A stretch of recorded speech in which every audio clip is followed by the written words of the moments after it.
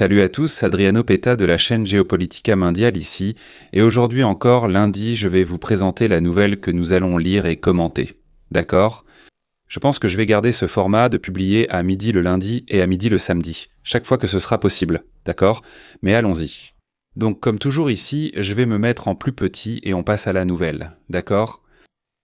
En parlant de la guerre oubliée, n'est-ce pas ? Parce que maintenant, on parle de moins en moins de la guerre entre l'Ukraine et la Russie, non ? Parce que ce n'est plus à la mode, n'est-ce pas ? Alors allons-y. La Russie et l'Ukraine intensifient les échanges d'attaques aériennes. Après un week-end marqué par une action sans précédent contre Moscou, le Kremlin riposte avec plus de 500 drones et missiles. Kiev tue au moins 2 personnes dans le sud du pays voisin, ce qui accentue la pression pour la reprise des négociations de paix avec Poutine. La violence est repartie à la hausse dans la guerre en Ukraine dans la nuit de dimanche à lundi, avec une grande attaque du Kremlin en représailles à l'action de Kiev contre Moscou durant le week-end. 524 drones et 22 missiles ont été lancés lors de l'attaque qui s'est concentrée sur les villes de Dnipro, Odessa et au moins 32 personnes ont été blessées. Dans le port d'Odessa, le principal port de l'Ukraine, 3 navires étrangers ont été touchés par des débris de drones abattus par la défense anti-aérienne, y compris un navire de marchandises chinois, car la Chine est alliée de Moscou. Être allié suppose bien plus de choses. Être allié suppose beaucoup plus de choses. Non, c'est un partenaire, d'accord, pas un allié. Je placerai le niveau d'activité chinois bien au-dessus de ce que nous voyons avec la Russie. D'accord ? La Russie aide, la Chine aide la Russie moins qu'elle ne le pourrait, mais plus qu'elle ne le voudrait, soit dit en passant. Cette semaine, Vladimir Poutine rencontre Xi Jinping, il est déjà sur place. Xi a reçu la semaine dernière Madame Donald Trump. A l'inverse, les forces de Vladimir Zelensky ont lancé une nouvelle vague de drones contre le voisin. Au moins 2. Des personnes sont mortes dans la région méridionale de Belgorod, et les forces ukrainiennes ont aussi visé des installations énergétiques russes. L'attaque a suivi la plus grande action des Ukrainiens contre la capitale russe depuis le début du conflit, en février 2022, avec plus de 500 drones envoyés à Moscou dimanche. Au moins 3 personnes sont mortes près de la ville. Cette action, elle, répondait à la plus vaste attaque aérienne russe contre les Ukrainiens de tout le conflit. En 3 jours la semaine dernière, plus de 1500 drones et des dizaines de missiles ont été lancés, causant des dizaines de morts. Toutes ces violences renouvelées accompagnent la discussion sur la reprise des négociations de paix entre les rivaux, alors qu'une personne est morte et des dizaines d'autres ont été blessées. La semaine dernière, le Kremlin a suggéré qu'elle pourrait être menée sous la médiation de par l'ancien chancelier allemand Gerhard Schröder, ce qui a été rejeté par Kiev car le politicien a des liens historiques avec Vladimir Poutine. Ce lundi, le porte-parole du Kremlin, Dmitri Peskov, a déclaré qu'il croyait à la possibilité de discussion, contredisant le pessimisme exprimé la veille par Donald Trump. Il avait critiqué la méga-attaque russe contre l'Ukraine. Volodymyr Zelensky a, lui, appelé les Européens à choisir un médiateur pour la crise. Cela reviendra très probablement aux États-Unis, d'accord ? Oui, et même s'ils essaient de refiler à quelqu'un d'autre, les Ukrainiens diront que cette personne est pro-russe. Ils n'en voudront pas. La Russie refusera aussi, jugeant cela pro-Ukraine, donc rien ne changera. Trouver un compromis sera très difficile. Il est donc probable que Trump arrive, tape du poing et déclare « C'est moi qui négocie ici, point final ». Zelensky a déclaré que les Européens doivent choisir un médiateur pour la crise, car le président américain est occupé par la crise iranienne qui pourrait redevenir un conflit cette semaine. Nous suivons la situation. Trouver un nom acceptable pour les Russes, c'est autre chose. Cependant, en maintenant le schéma observé pendant la guerre, les deux camps essaieront de montrer leur force en échangeant des attaques. Les Ukrainiens ont surtout visé l'infrastructure énergétique russe pour limiter les profits du Kremlin dans le contexte de la guerre au Moyen-Orient. La quasi-fermeture du détroit d'Ormuz, par où transitait 20% du pétrole et du gaz, et plus encore du gaz naturel liquéfié mondial, a aussi entraîné une hausse des exportations russes. Trump a partiellement suspendu l'embargo sur le pétrole russe, une mesure expirée mais pouvant être rétablie. Et il le fera probablement. En avril, le Kremlin a annoncé un revenu de 9 milliards de dollars grâce au pétrole, soit presque le double de celui du mois précédant la guerre contre Kiev. Le secteur majoritairement étatique en Russie verse des redevances au Trésor, aidant à financer la poursuite de la guerre. Très bien, quelles sont les questions que nous devons aborder ici ? D'abord, la Russie, je l'affirme catégoriquement, la Russie va gagner ce conflit. D'accord ? La question est, dans quelles circonstances la Russie va-t-elle gagner ? Parce que ceux qui sont anti-Russie pensent que Poutine va tomber. Il faut rappeler toutes ces absurdités racontées au début de la guerre, qu'il avait une leucémie, qu'il risquait un coup d'État, etc. N'est-ce pas? Tout cela est tombé à l'eau. Non, la Russie va gagner. La Russie va gagner. La question n'est pas de savoir si elle va gagner ou non. La question est, dans quelles conditions la Russie va gagner la guerre? C'est ça le point important. Si ce seront des conditions favorables ou si ce seront des conditions qui, à long terme, vont jouer contre elle. Pourquoi? Ce que nous avons remarqué, c'est que le premier point à retenir, c'est l'impact technologique qu'ont eu les drones sur le champ de bataille tout au long de la guerre. En 2022, l'impact que les drones allaient avoir n'était pas encore très visible. D'accord? Nous n'avons vraiment commencé à voir que les drones changeaient sur l'environnement de la guerre qu'à partir de la seconde moitié de 2024. Mais en 2022, 2023 et le premier semestre de 2024, non. Les drones n'étaient pas encore aussi adaptés qu'ils le sont maintenant. Oui, l'industrie des deux pays n'était pas aussi concentrée là-dessus qu'elle l'est devenue par la suite, n'est-ce pas? Elle faisait encore des expériences. De plus, la quantité restait insuffisante pour provoquer un changement sur le champ de bataille comme celui qu'on a vu ensuite. Donc c'est le premier aspect, n'est-ce pas? Les Russes ont été pris par surprise par cette question des drones sur le champ de bataille, ce qui a beaucoup perturbé l'efficacité opérationnelle russe. Les Ukrainiens ont réussi à démontrer une plus grande efficacité et une grande capacité d'adaptation, plus grande que prévu. N'est-ce pas? Mais pas assez pour pouvoir changer le cours de la guerre. N'est-ce pas? Après tout, ils n'ont pas la profondeur stratégique, ils n'ont pas les mêmes effectifs. Bien sûr, n'est-ce pas? À l'époque, on m'insultait en me traitant de pro-russe. Pourtant, ce n'était pas possible. L'Ukraine ne peut pas vaincre la Russie. C'est aussi simple que ça, ce n'est pas possible. Encore une fois, ce que l'Ukraine peut faire, c'est créer une situation où la victoire russe sera plus ou moins coûteuse et dans des conditions plus ou moins difficiles pour l'avenir. Ce sont les options de l'Ukraine. Mais l'option de victoire n'existe pas. Cela n'a jamais existé. C'est que les gens aiment bien, il y a ce truc, cette fantaisie, n'est-ce pas, de David contre Goliath. Goliath.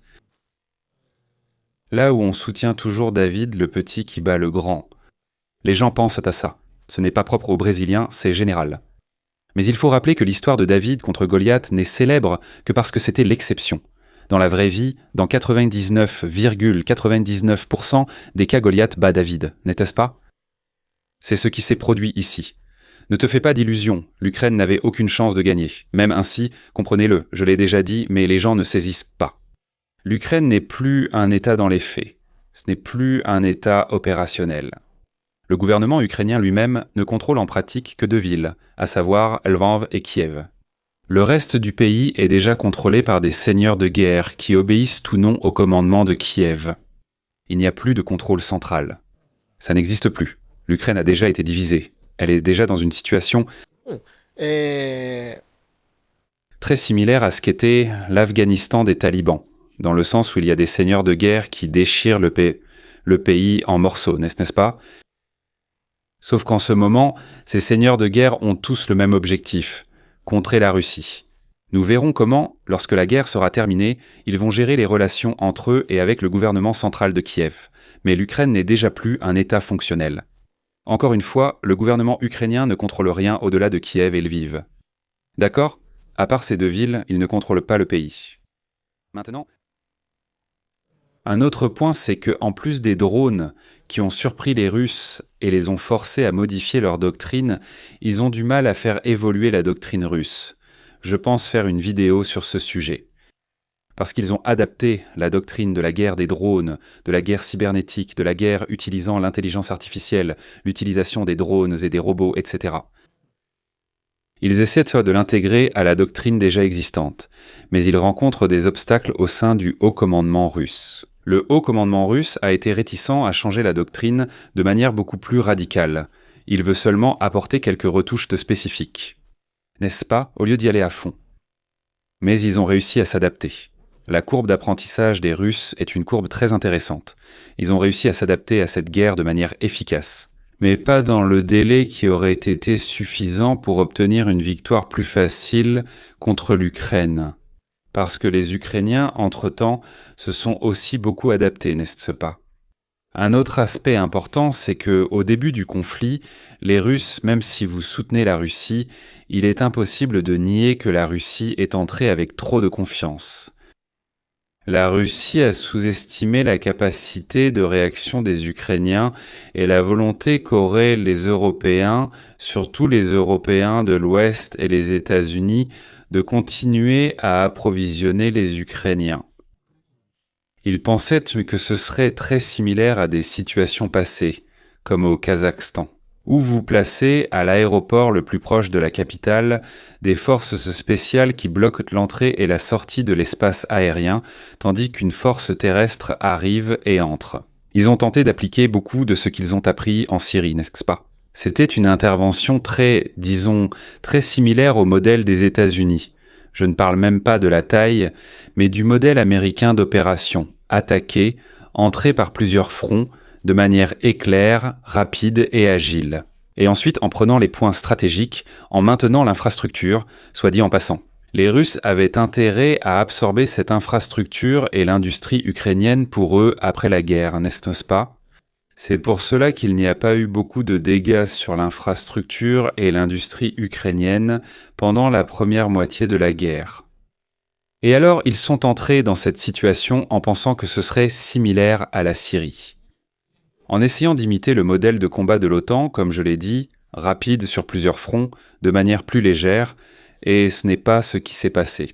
Et ils ont sous-estimé cela et ont fini par devoir revenir au style soviétique, qui est le style d'usure et de feu lourd sur un seul front constant, n'est-ce pas? C'était ça la doctrine soviétique. Donc, ils ont essayé d'appliquer une nouvelle doctrine, beaucoup plus occidentalisée, plus moderne. Ils se sont plantés, ils ont échoué, parce que cette doctrine même de l'OTAN, disons, plus légère, plus agile, elle n'a jamais eu affaire à un pays ayant au moins une capacité étatique militaire efficace, d'accord? Ça a toujours été cette approche, cette technique. Ça a toujours été contre des États défaillants ou contre des groupes insurgés, mais jamais contre un État, qui avait des forces armées organisées et une capacité industrielle minimale pour soutenir et approvisionner les forces armées. Et là, ça a échoué. En plus du fait que, évidemment, les Russes n'étaient pas non plus habitués à cette nouvelle doctrine, à ce nouveau modus operandi qu'ils ont eu là-bas. Et ils se sont cassés la figure. C'est ça?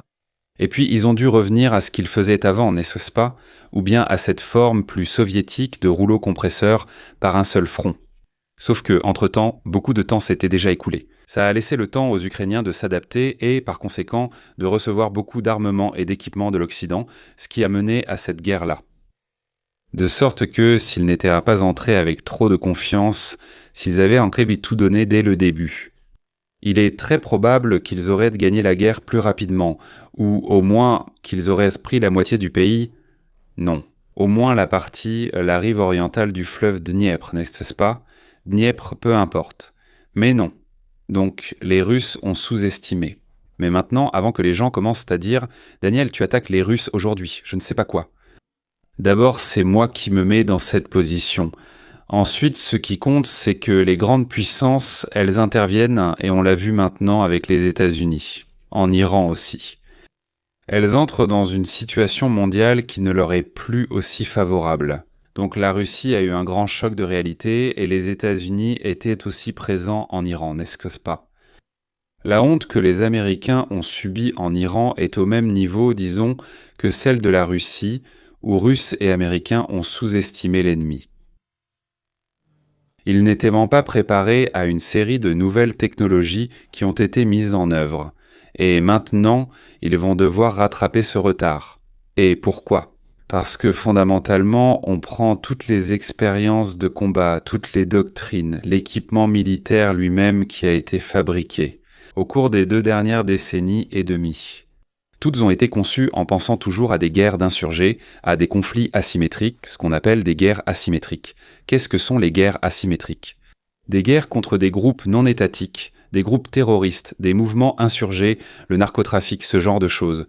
Autrement dit, pas cette doctrine de la guerre froide, avec des équipements lourds. De grandes guerres à grande échelle, avec des bombardements, de l'artillerie, des colonnes de chars qui avancent. Cela a été mis de côté à la fin des années 90, surtout après la guerre contre le terrorisme, en 2001 au début de 2001, pour adopter ce mode opératoire plus agile et léger. Et pourquoi ? Parce que c'était nécessaire. Pendant 2 décennies, dans les années 2000 et 2010, c'était la réalité de la guerre dans le monde. Des guerres qui exigeaient plus de mobilité et plus d'agilité, surtout dans un contexte urbain. Sauf que... Mais maintenant, avec le retour de la guerre entre États, cela n'a pas fonctionné, et cela a pris la Russie et les États-Unis par surprise, n'est-ce pas ? Sauf que d'un autre côté, malgré ce mode opératoire, le fait de devoir agir, de devoir s'adapter, n'est-ce pas, de ne plus pouvoir être aussi rapide et agile, il faut revenir à une mentalité de guerre entre États. On ne peut pas revenir à la guerre froide, notamment à cause des nouvelles technologies, comme les drones, l'intelligence artificielle, la cyberguerre ou les images satellites. Donc si d'un côté cette nouvelle doctrine était déjà après, la guerre contre le terrorisme n'était pas adaptée pour entrer dans des guerres entre États. Cela ne signifiait pas non plus qu'il pouvait revenir à ce qu'était la guerre auparavant, à une guerre selon le modèle de la guerre froide, à cause de ces nouvelles technologies. Donc cela a créé un problème où les États vont devoir s'adapter et sont en train de s'adapter, mais ils s'adaptent très mal, d'accord ? La Russie rencontre des difficultés, à tel point que je pense que le moment pour eux de gagner la guerre est passé. Dans le sens de conquérir toute l'Ukraine ou au moins toute la partie orientale du pays. Il me semble qu'ils se sont perdus. Je pense que oui. La Russie va gagner la guerre, imposer des conditions pour y mettre fin, mais devra aussi l'accepter. En gros, le territoire qu'elle possède aujourd'hui est à peine plus que cela, mais toute la partie orientale de l'Ukraine, ou l'Ukraine entière, encore moins, d'accord ? Ça n'arrivera pas. Et les États-Unis ont beaucoup de réformes à faire à ce sujet, d'accord ? Les réformes que les Américains vont devoir faire pour s'adapter à ce nouveau mode de guerre devront être gigantesques. Ne vous y trompez pas, ils ont de l'argent, mais le vrai problème est que la majorité de la population ne suit pas ce qui s'y passe. Mais nous voyons des cas flagrants de détournement de fonds, qui, au minimum, sont des détournements de fonds. Ce qui fait que vous constatez que ce budget de 800 milliards, en réalité, ne produit pas d'effet correspondant à un budget de 800 milliards de dollars. Parce qu'il y a beaucoup de détournements de fonds ou de surfacturation au sein des forces armées, à grande échelle, donc non. Le budget américain, bien qu'il soit très élevé, n'est pas à la hauteur de ce qu'il pourrait avoir avec ce budget, justement, à cause de cela. D'accord ? Je regardais l'autre jour une audience au Sénat, où il montrait un petit sachet de vis quelconque, qui coûte moins de 20 ou 30 dollars. Le sénateur a montré là, sur le papier, au général américain, en disant « Écoutez, vous avez payé 50 000 dollars pour ce sachet de vis. Est-ce que ça a du sens de payer 50 000 dollars pour cette vis ?» Pour ce sac de vis ? Un audit va être lancé, je ne sais pas quoi. Ce cas a été découvert. Combien d'autres restent inconnus ? Les États-Unis devront engager une réforme et instaurer des mesures de conformité similaires à celles d'une entreprise privée pour identifier l'origine de cette fuite. Parce que sinon, ça ne sert à rien d'augmenter le budget, même comme Trump le veut, à 1500 milliards pour l'année prochaine. Cela n'aura guère d'effet concret s'il ne règle pas la surfacturation et le détournement de fonds dans les forces armées américaines, n'est-ce pas ? Donc, il y a de l'argent, mais cet argent n'est pas utilisé. S'ils résolvent ce problème et arrivent à utiliser cet argent de manière plus efficace, alors oui, les choses changeront. Mais de toute façon, les États-Unis vont devoir passer par ce changement. Les États-Unis et la Russie vont devoir passer par cette restructuration, ce changement, et on ne sait pas s'ils vont y arriver. Maintenant, la Russie, comme je l'ai dit, elle peut même gagner ce conflit, mais à long terme, ne vous y trompez pas, la situation pour la Russie à long terme est très désespérée. La crise démographique va frapper les Russes comme une bombe atomique, d'accord ? Mais les voisins de la Russie sont aussi en crise démographique. C'est vrai, mais une crise démographique dans un pays comme la Roumanie n'est pas comparable à une crise démographique ailleurs. Dans le plus grand pays du monde, qui fait presque le double de la taille du Brésil, ou environ 50% de plus. De toute façon, c'est un très grand pays, n'est-ce pas ? Et d'ailleurs, 90% de la population est concentrée dans 10% du pays. Donc les effets sont différents, et la Russie, pour l'instant, n'a pas encore géré cela. Et en ce qui concerne l'Ukraine, malheureusement, nous voyons que, très probablement, à la fin du conflit, l'Ukraine, si elle n'entre pas dans une guerre civile, tombera entre les mains des seigneurs de la guerre. Il est très probable qu'elle soit défigurée et qu'elle se subdivise en petits morceaux de toute façon. Ou alors ce sera quelque chose de similaire au Mexique Empire, où le gouvernement n'existe réellement que dans la capitale et le reste du pays. Comme plaque tournante de tous les trafics imaginables, trafic de drogue, trafic d'êtres humains, surtout le trafic d'êtres humains. Au final, les Ukrainiennes sont des femmes belles, les enfants ukrainiens, un nombre énorme d'orphelins qui sont complètement vulnérables dans ce monde si cruel. La situation de l'Ukraine est vraiment triste et déplorable. De toute façon, cette guerre n'apportera aucun effet positif à personne là-bas sur le long terme. Erreur de Poutine, discutable. Erreur de Zelensky, discutable aussi. Le temps nous le dira, mais de toute façon, on ne peut pas s'attendre à de très bonnes choses. À la fin, d'accord ? Continuez à suivre, des changements arrivent, c'est certain. Avec la guerre, les pays devront s'adapter pour rester dans la course. On constate qu'il s'agit de pays de taille moyenne. Ils peuvent déjà mettre une claque aux grandes puissances, et ils sortent en célébrant le fait d'avoir réussi à mettre cette claque et à survivre, ce qui aurait été impossible avant les années 90, d'accord ? Merci à tous, à bientôt. Envisagez de devenir membre. Si vous le devenez, la chaîne Geopolitica Mondiale continue d'exister. C'est aussi simple que ça, la majeure partie des revenus, plus de 90% des revenus de la chaîne provient des membres. S'il n'y a pas de membres, la chaîne Geopolitica Mondiale cesse d'exister. Malheureusement, ce sont les conditions dans lesquelles la chaîne se trouve aujourd'hui. Alors pensez à devenir membre. En échange, vous aurez accès à de nombreuses séries exclusives réservées aux membres, en plus de garantir la survie de la chaîne. D'accord. À bientôt et à la prochaine vidéo.